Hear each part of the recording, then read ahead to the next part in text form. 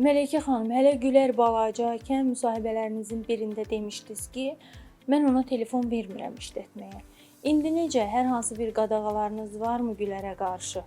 Doğru, onu mən hətta tək qızıma yox, mən bütün valideynlərə deyərdim ki, yəni məktəb illərində kiçik vaxtı telefonu uşaqlardan uzaq tutsunlar, amma təəssüf, əfsuslar olsun ki, bu dəqiqə hər bir uşağın əlində balaca körpə, uşaqlar böyüklərdən yaxşı bilir telefonu və zaman gəldi, çıxdı o dövrə. Çünki o uşaq o telefondan balaca vaxtı, kiçik vaxtı, heç biz özümüz elə böyük ağlımız yerdə, o şuurumuz geniş inkişaf eləmiş anda telefondan ayrıla bilmirik.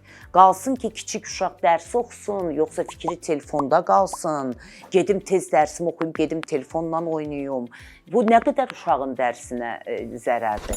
Üstəgəldə sağlamlığına. Uşağa çox böyük gözünə, hər mənada çox zərərdir. Oturuşda belə oturacaq. Ondansa o telefonu sərf elədiyi vaxtını elə dərsinə kitab oxumağı unutmaq lazım deyil. Amma böyüdükcə təbii ki, onun telefonu var idi, amma böyük siniflərdə oxuyanda.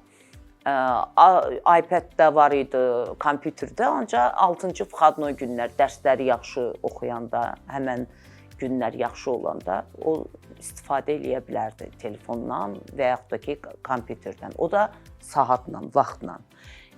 Amma sosial şəbəkələrin heç birisindən 20 yaşı var, elə indi də istifadə eləmir. Hələ də yoxdur sosial şəbəkələr. O TikTokdan nə öyrənəcək axı mənim qızım?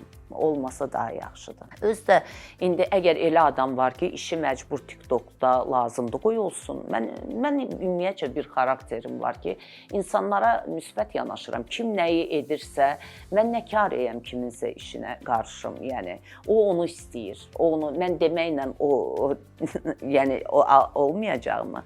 Yəni o mənada kim necə həyatını ona xoşdursa, həyatını yürütmək istəyirsə, təkcə bir yəni insanlara zərər verməsin, həyata, torpağına zərər verməsin.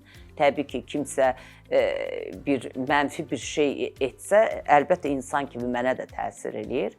Amma yəni ki, özü əgər sən xoşlayırsansa, bu cür geyinəsən, bu cür gəzəsən, bu cür gecə-gündüz telefonda oturasan, mən nə deyə bilərəm ki ona? Müsbət də baxıram, kim nə istəyir? Xoşdursa kiməsə o cür yaşasın, amma zərər verməsin heç kimə. Amma mənim qızım mənə aiddir, mən ona görə istəməmişəm öncədən. Ona görə də indi kitab oxuyur da daha çox. Əlbəttə telefonu da var, indi hər şey var, amma özü istəmir indi. Demişəm, qızım istəsən Instagram aç, amma TikToka icazə vermirəm. Amma istəmir, açmır nədənsə. Artıq düşünürəm ki, vərdiş təhsil üzərinə yönəlib, kitablar üzərində düzgün də istiqamətdir. Özü durur zamanında, dərslərini özü oxuyur. Dünya görüşü genişdir. Mən uşağıma uşaqlıqdan onunla həm ana olmuşam, həm dost olmuşam. Həyatımı bilirsiniz nədir? Sevgi çox böyük, yəni hər şey həyatda xilas eləyər, sevgi. Evlada diqqət, qayğı, sevgi vermək lazımdır, mütləq. Yəni sən ona diqqət ayırsan, elə bir xanım kimi də insan istəyir hər zaman diqqət, qayğı olsun ona. Amma evlad balaca uşaqdır, o körpə ürəyi ilə.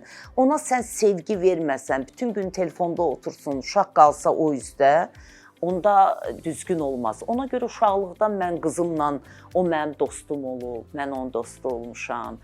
O məni həyata bağlayıb. Həyata bağlamağına görə Allaha həmişə şükür edirəm. Nə yaxşı ki, qızım var, nə yaxşı ki, mən onun üçün yaşayıram. Bu dəqiqə, o dünyaya gələndən mən ona görə yaşayıram. Gözdə olsa görəsiz, hər zaman xeyirli övlad olsun sizin üçün.